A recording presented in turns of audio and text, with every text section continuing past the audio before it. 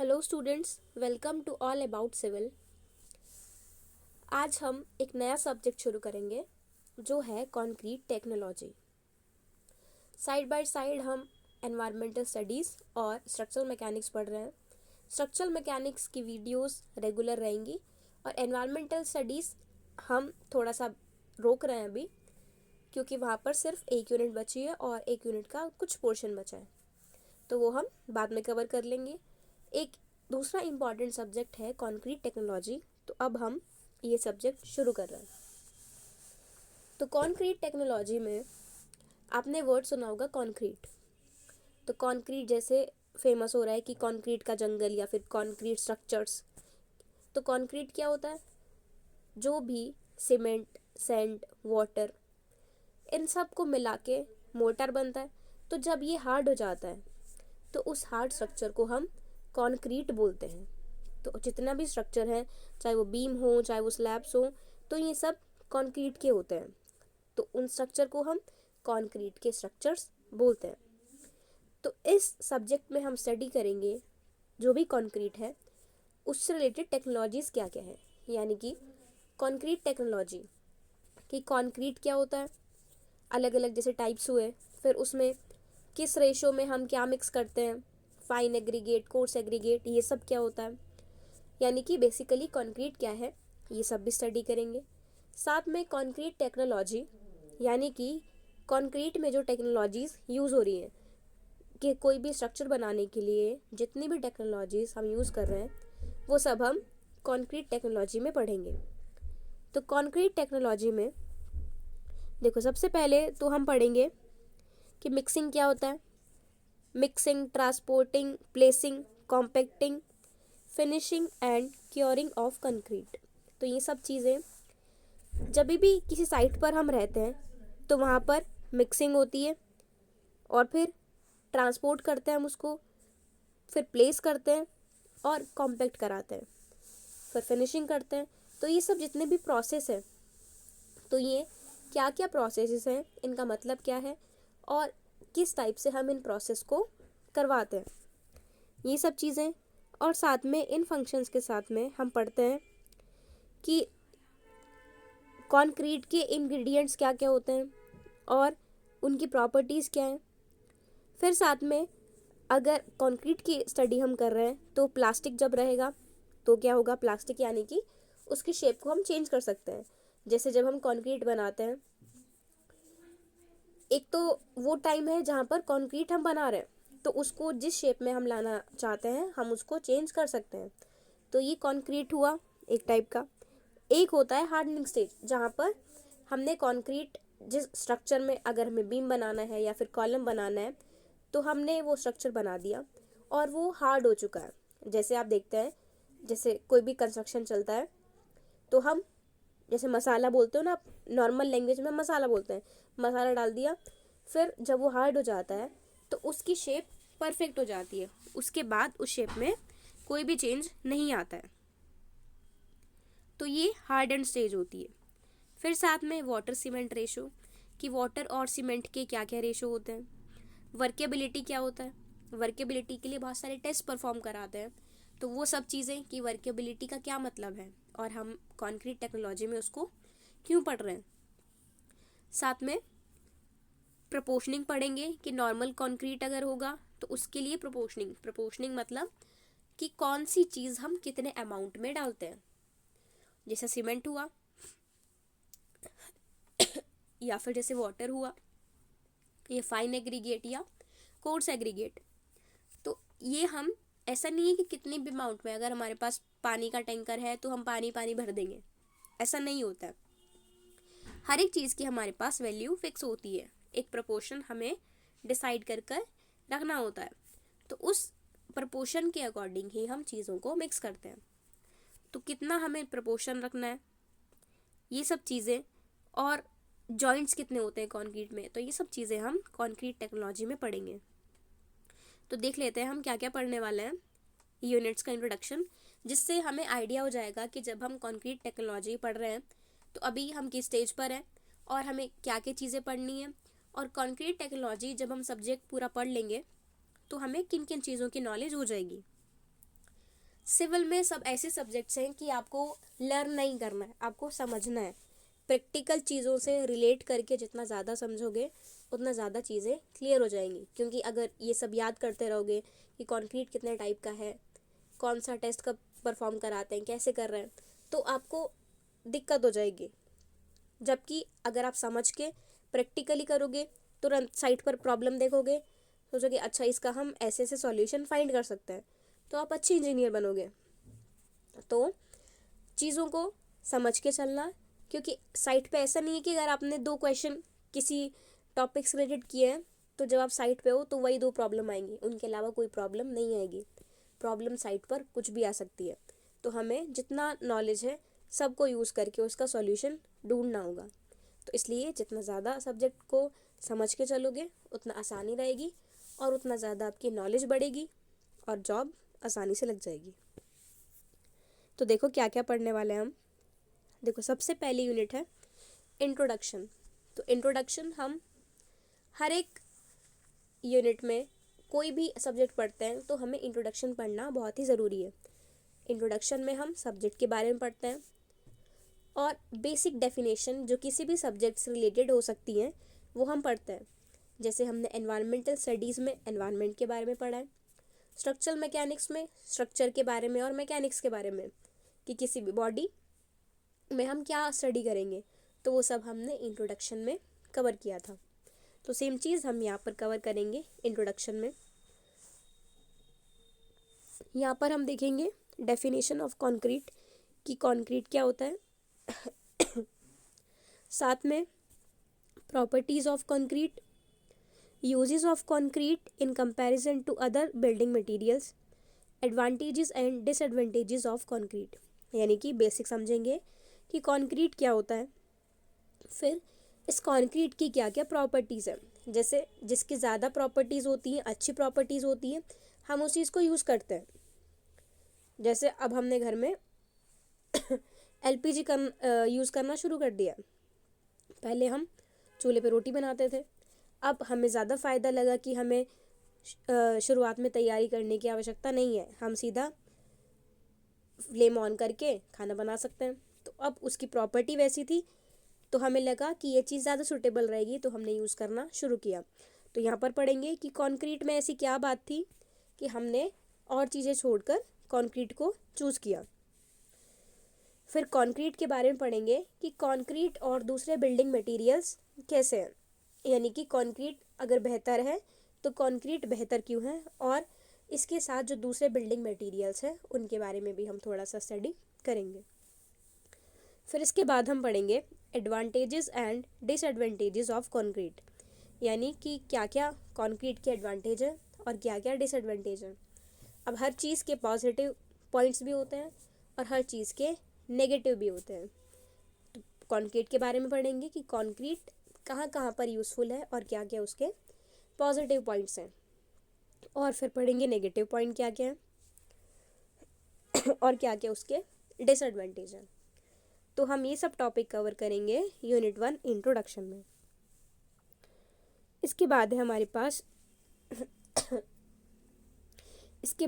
Pass second unit ingredients of concrete, यानी कि concrete में क्या क्या चीज़ें हम यूज़ करते हैं। अब कंक्रीट एक कंबाइंड नाम है, ऐसा नहीं कि एक चीज़ ही कोई कंक्रीट है, कंक्रीट अलग अलग चीज़ों से मिलके बनी है।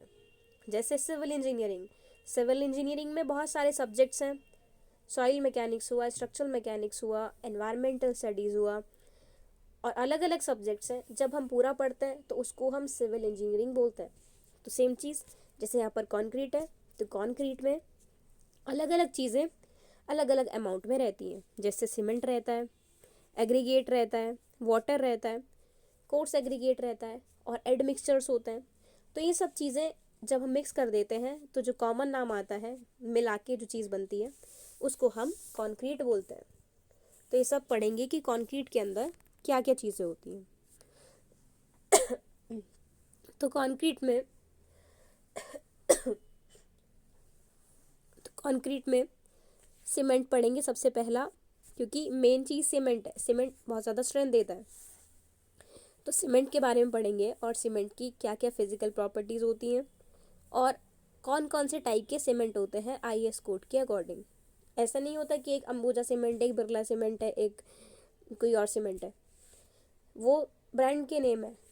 अब जो कोड के अकॉर्डिंग है वो अलग अलग ग्रेड के सीमेंट्स होते हैं, तो वो हम ग्रेड्स पढ़ेंगे कि कोड ने कैसे अलग अलग सीमेंट को क्लासिफाई कर रखा है एज ए सिविल इंजीनियर।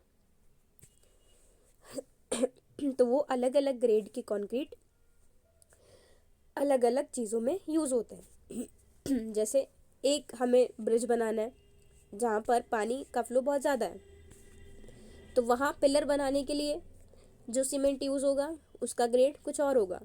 एक नॉर्मल हमें घर बनाना है, दीवार बनानी है, पार्टीशन वॉल, तो यहाँ पर हमें उतने स्ट्रेंथ की ज़रूरत नहीं है। तो ये सब चीज़ें सीमेंट से रिलेटेड हम इसमें पढ़ेंगे। फिर उसके बाद एग्रीगेट्स के बारे में पढ़ेंगे कि एग्रीगेट्स क्या होता है और एग्रीगेट्स को हम साइज और शेप के बेसिस पर कैसे डिफरेंशिएट करते हैं। फिर अलग अलग कैरेक्टरिस्टिक्स पढ़ेंगे एग्रीगेट की, जिसमें पार्टिकल साइज होगा, शेप होगा, surface texture, specific gravity, bulk density, water absorption, surface moisture, bulking of sand, deleterious material, soundness. तो ये सब चीज़ें जब हम बेसिक पढ़ लेंगे तो उसके बाद हम ग्रेडिंग ऑफ एग्रीगेट्स पढ़ेंगे, यानी कि एग्रीगेट्स को हम कैसे डिवाइड करते हैं अलग अलग कैटेगरी में। तो coarse aggregate, fine aggregate, all in one aggregate, ये सब चीज़ें, और फिर इनके बेसिस पर फाइनेट्स मॉड्यूलस हम बनाते हैं, इंटरप्रिटेशन ऑफ ग्रेडियंट चार्ट्स बनाते हैं। तो ये सब भी हम पढ़ेंगे। फिर वाटर, सीमेंट हो गया, एग्रीगेट हो गया, और वाटर भी एक इम्पॉर्टेंट चीज़ है। तो वाटर की क्वालिटी कैसी होनी चाहिए? कोई भी वाटर कंस्ट्रक्शन में हम यूज़ नहीं कर सकते हैं। वाटर के लिए भी कोड IS 456/2000 में स्पेसिफिकेशंस दी गई हैं कि आपको कंस्ट्रक्शन में कौन सा वाटर यूज़ करना है। तो वो सब भी हम पढ़ेंगे। इसके बाद थर्ड यूनिट है हमारे पास वाटर सीमेंट रेशो। तो वाटर सीमेंट रेशो आपके लिए नई टर्म होगी, लेकिन अब वाटर सीमेंट रेशो सुनोगे और जब तक सिविल के काम में रहोगे वाटर सीमेंट रेशो सुनते ही रहोगे। तो वाटर सीमेंट रेशो बिल्कुल बेसिक है, किसी भी इंटरव्यू में जाओगे सीधा वाटर सीमेंट रेशो बताइए, तो इससे रिलेटेड क्वेश्चंस रहते हैं। तो वाटर सीमेंट रेशो वाटर और सीमेंट का रेशो होता है। अब ये तो बहुत जनरल सी बात है, ये तो कोई भी बता देगा। किसे पूछेंगे वाटर सीमेंट रेशो बताओ, तो बोल देंगे वाटर और सीमेंट का रेशो। लेकिन एक्चुअली कितने क्वांटिटी के लिए हम कितना वाटर यूज़ करते हैं अलग अलग स्ट्रक्चर में, तो वो सब कोड ने बता रखा है। तो उसके according water cement ratio decide होता है। जैसे hydration of cement principle of water cement ratio, ये हम पढ़ेंगे। फिर उसके बाद डफ Abrams water cement ratio law, इनका एक अलग से लॉ था, ये हम पढ़ेंगे। फिर वाटर सीमेंट रेशो लॉ की लिमिटेशन क्या है, यानी कि वो कहाँ पर वैलिड नहीं होता, कहाँ पर ये लॉ फेल हो जाता है, ये पढ़ेंगे। और उसके बाद इस वाटर सीमेंट रेशो का कंक्रीट की स्ट्रेंथ पर क्या फ़र्क है, यानी कि वाटर सीमेंट रेशो से क्या कंक्रीट की स्ट्रेंथ प्रभावित होती है, और होती है तो कैसे होती है। ये सब चीज़ हम वाटर सीमेंट रेशो की थर्ड यूनिट में कवर करेंगे।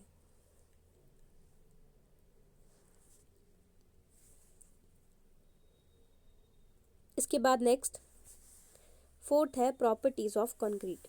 अब कंक्रीट की क्या क्या प्रॉपर्टीज़ होंगी वो हम पढ़ेंगे। जैसे प्रॉपर्टी इन प्लास्टिक स्टेट। अब प्लास्टिक स्टेट यानी कि वो हार्ड नहीं हुआ है, हमने जस्ट सब ingredients cement, sand, water, fine aggregate, coarse aggregate, इन सब को जस्ट मिक्स किया है और अभी वो सॉलिड नहीं हुआ है, तो इस स्टेज को हम बोलते हैं प्लास्टिक स्टेट। तो प्लास्टिक स्टेट में हम चेक करते हैं workability, segregation, bleeding and hardness. ये सब ऐसी टर्म्स हैं कि अभी आप पढ़ रहे हो, और जैसे कुछ टर्म्स होती है ना हमेशा जीवन में चलने वाली, तो वैसे ये टर्म्स हमेशा जब तक सिविल इंजीनियर रहोगे, सिविल इंजीनियरिंग के जॉब में रहोगे, तब तक ये सब चीज़ें सुनते रहोगे। वर्केबिलिटी, सेग्रीगेशन, ब्लीडिंग, हार्डनेस, तो इन सब चीज़ों को बहुत ही ध्यान से पढ़ना है। अब वर्केबिलिटी अपने आप में काफ़ी बड़ा टॉपिक है, तो वर्केबिलिटी के बारे में पढ़ेंगे। और वर्केबिलिटी में क्या क्या चीज़ें डिपेंड होती हैं, कैसे हम वर्केबिलिटी को फाइंड करते हैं, अलग अलग टेस्ट जो भी होते हैं वो सब हम इसमें पढ़ेंगे। उसके बाद प्लास्टिक स्टेट में हमने पढ़ लिया कि प्लास्टिक स्टेट में क्या क्या प्रॉपर्टीज़ हैं। उसके बाद हम हार्डन स्टेट में पढ़ेंगे प्रॉपर्टीज़ इन हार्डन स्टेट। तो इस स्टेट में क्या होता है, जब कंक्रीट हार्ड हो गया है तो हम क्या चेक करते हैं, उसकी स्ट्रेंथ चेक करते हैं, यानी कि कितनी क्षमता है उसके अंदर। ड्यूरेबिलिटी यानी कि कब तक वो चल सकता है, कब तक कितना टिकाऊ है, ड्यूरेबिलिटी। फिर इम्परमिएबिलिटी, डायमेंशनल चेंजेस, यानी कि जब हार्ड हो गया है कंक्रीट तो उसकी जो जो प्रॉपर्टीज़ होंगी वो हम पढ़ेंगे। फिर इसके बाद हम पढ़ेंगे कंक्रीट मिक्स डिज़ाइन। तो कंक्रीट मिक्स डिज़ाइन में हम पढ़ेंगे objectives and parameters of mix design, यानी कि कैसे हम अलग अलग मिक्स बनाते हैं, अलग अलग ग्रेड्स। IS 456-2000 एक कोड है कंक्रीट का, तो उससे हम ये सब क्लासिफिकेशंस पढ़ेंगे। नॉमिनल मिक्स कोड ने क्या बताया है, फिर क्या क्या अलग अलग चीज़ें बताई हैं, ये सब हम कंक्रीट मिक्स डिज़ाइन में पढ़ेंगे। इसमें ही हम पढ़ेंगे कि बल्किंग ऑफ फाइन एग्रीगेट क्या होता है, water absorption of aggregate, workability, और नॉमिनल और कंट्रोल्ड कंक्रीट क्या क्या होते हैं, और एक इंट्रोडक्शन लेंगे IS 10262-2009 का, जो कंट्रोल्ड मिक्स डिज़ाइन के लिए है।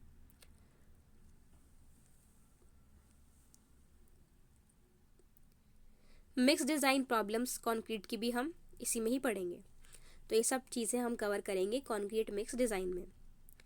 Introduction to admixtures for improving performance of concrete, 6th unit है रहेगी हमारे पास एडमिक्सचर्स की, यानी कि एडमिक्सचर्स होते हैं जैसे कंक्रीट हमारा जमने लगता है, तो कभी ऐसी कंडीशन होती है कि हम प्रिपरेशन कहीं और कर रहे हैं और कंस्ट्रक्शन कहीं और कर रहे हैं, तो वहाँ से जब कंक्रीट को हम लेकर जाएंगे तो कंक्रीट जाते जाते जमने लगता है। तो अब हमें कुछ ना कुछ तो इसका सॉल्यूशन ढूंढना है, तो हमने एडमिक्सचर्स बनाए जिससे कि वो रास्ते में मशीन में जाते जाते ना जमे, क्योंकि अब इतना सारा क्वांटिटी जाता है कंक्रीट का, वेस्ट हो जाएगा और जहाँ पर कंस्ट्रक्शन के लिए हमने तैयारी की है वहाँ डिले हो जाएगा। तो हम एडमिक्सचर्स को यूज़ करते हैं। एडमिक्सचर्स क्या होते हैं, एडमिक्सचर्स वो चीज़ें होती हैं जो कि किसी भी सेटिंग को या तो टाइम बढ़ा देती हैं या फिर टाइम कम कर देती है। सेटिंग मतलब कंक्रीट की सेटिंग, कंक्रीट जो सेट होता है वो हार्ड होता है, तो उसको या तो टाइम कम कर सकती है, यानी कि जो हार्ड होने का टाइम है उसको कम कर दिया, यानी कि जो अगर आधे घंटे में सेट हो रहा था अब वो 20 मिनट में सेट हो जाएगा, और टाइम बढ़ा दिया मतलब जो आधे घंटे में सेट हो रहा था अब वो 40 मिनट में सेट हो रहा है। तो एडमिक्सचर्स क्या क्या तरह के होते हैं ये हम इस यूनिट में पढ़ेंगे।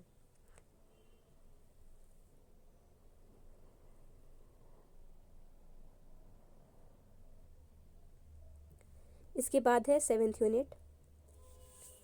इस यूनिट में हम पढ़ेंगे कॉन्क्रीटिंग अंडर स्पेशल कंडीशंस। अब जैसे अलग अलग कंडीशंस होती हैं, जैसे हम प्लेन्स में रहते हैं, कुछ पहाड़ के जो लोग हैं वहाँ पर कंस्ट्रक्शन अलग टाइप से होता है, कुछ ऐसे एरियाज है जहाँ पर गर्मी बहुत ज़्यादा है तो वहाँ अलग टाइप से कंस्ट्रक्शन होता है। तो हमारे पास cold water concreting, cold weather यानी कि ठंडे मौसम वाली, अंडर वाटर पानी के अंदर वाली कोई भी ऐसा एरिया है जहाँ पर हमें कंस्ट्रक्शन कराना है तो वहाँ अंडर वाटर कंक्रीटिंग कराएंगे, और फिर एक हॉट वेदर कंक्रीटिंग यानी कि जहाँ पर मौसम बहुत गर्म है। तो ये अलग अलग जगह पर अलग अलग टाइप से हम कंक्रीटिंग कराते हैं। तो इसमें क्या क्या डिफ़िकल्टीज आती हैं, क्या क्या चीज़ें हमको ध्यान में रखनी है, और कैसे हम कंक्रीटिंग का प्रोसेस करा रहे हैं, तो ये सब चीज़ें हम पढ़ेंगे स्पेशल कंक्रीट्स में। उसके बाद जो जितने टाइप्स होते हैं वो सब भी हम पढ़ेंगे। Ready mix concrete, fibre enforce concrete, polymer concrete, fly ash concrete, silica fume concrete, self compacting concrete, तो ये सब चीज़ें हम पढ़ेंगे।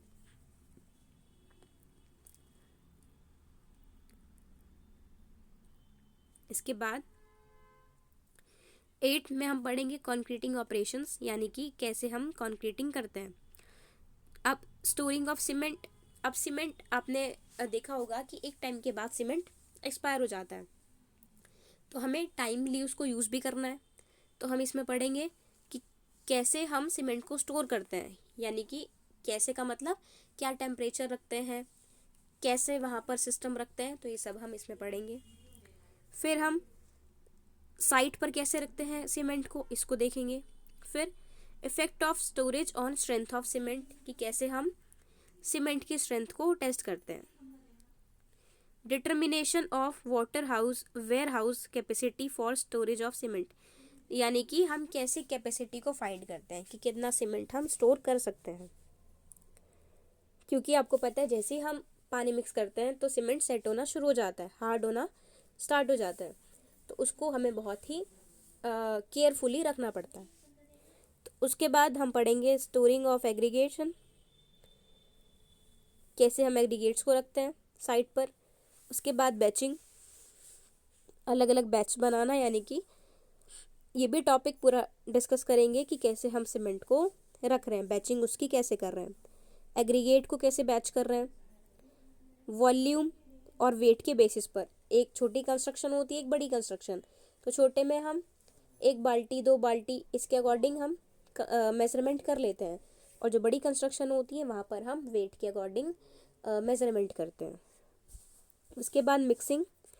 मिक्सिंग में हम जैसे अलग अलग तरीके हैं मिक्स करने के, तो hand mixing, machine mixing, maintenance and care of mixers, batching and mixing plants, यानी कि कैसे हम मिक्सिंग कर रहे हैं। फिर उसमें मशीन से मिक्स कर रहे हैं तो कितने टाइप के मिक्सर्स होते हैं, कौन सी बेटर होती है, कैसे हमें केयर करनी है, मेंटेनेंस करनी है, और मिक्सिंग प्लांट्स और बैचिंग प्लांट्स को हमें कैसे मैनेज करना है, ये सब हम मिक्सिंग में पढ़ेंगे। फिर हम पढ़ेंगे ट्रांसपोर्टेशन ऑफ कंक्रीट, कंक्रीट की ट्रांसपोर्टेशन को हम कैसे हैंडल कर रहे हैं। उसके बाद कैसे हम प्लेस करा रहे हैं कंक्रीट को, फॉर्मवर्क क्या क्या होता है, स्काफोल्डिंग क्या होती है, ये सब चीज़ें। कॉम्पैक्शन के बारे में, हैंड कॉम्पैक्शन, जैसे एयर निकाल देते हैं उसके बीच की हम, तो उस प्रोसेस को हम कॉम्पैक्शन बोलते हैं, तो हैंड कॉम्पैक्शन, मशीन कॉम्पैक्शन, और कौन सा हमारे लिए वाइब्रेटर अगर यूज़ कर रहे हैं तो ये सब चीज़ों में कौन सा बेटर रहता है, और कहाँ पर हम किसको परफेक्टली यूज़ कर सकते हैं, तो ये सब पढ़ेंगे। और फिर हम देखेंगे इसमें कंक्रीट स्लैब की हम फिनिशिंग कैसे करते हैं, स्क्रीडिंग, फ्लोटिंग, ट्रॉवलिंग, जैसे अलग अलग हम प्लेन करते हैं ना उसको, तो वो जो अलग अलग प्रोसेसेस हैं यहाँ पर भी हम वो भी पढ़ेंगे। उसके बाद क्यूरिंग, क्यूरिंग होता है तराई, सभी जानते हैं तराई, जब बिल्डिंग बन जाती है तो हम पानी डालते हैं, क्यों, क्योंकि उसके अंदर जो हीट निकलती है, अगर हम वाटर डालते रहेंगे तो वाटर एब्जॉर्ब होता रहेगा और वो हीट कम होती रहेगी, क्रैक्स नहीं आएंगे, तो क्योरिंग करते रहते हैं। अलग अलग मेथड्स होते हैं क्योरिंग के, हमें तो एक ही पता है, हम पाइप से पानी डालते रहते हैं। एक ऐसा भी होता है कि जो बोरी होती है उनको गीला करके हम ढक देते हैं।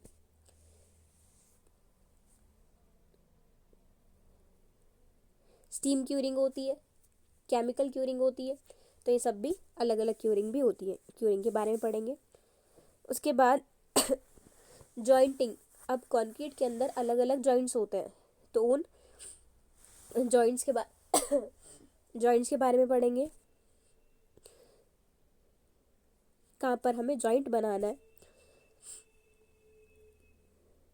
उसके बाद कंक्रीट के अंदर क्या क्या डिफेक्ट्स होते हैं, और लास्ट यूनिट हम पढ़ेंगे importance and methods of non destructive test, कुछ ऐसे मेथड्स जिसमें हम कंक्रीट की स्ट्रेंथ को टेस्ट कर सकते हैं बिना उसको डिस्ट्रक्ट किए, बिना तोड़े। तो हमारे पास 2 मेथड्स हैं, रिबाउंड हैमर टेस्ट और पल्स वेलोसिटी मेथड।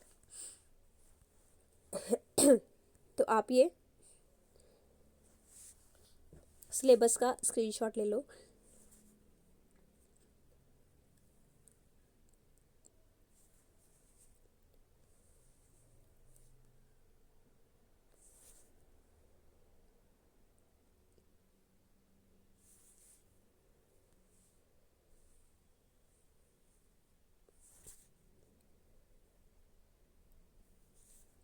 सिलेबस से आपको आइडिया होता रहेगा कि हम कितना सिलेबस कवर कर चुके हैं और हमें क्या क्या आने वाले टॉपिक्स पढ़ने हैं।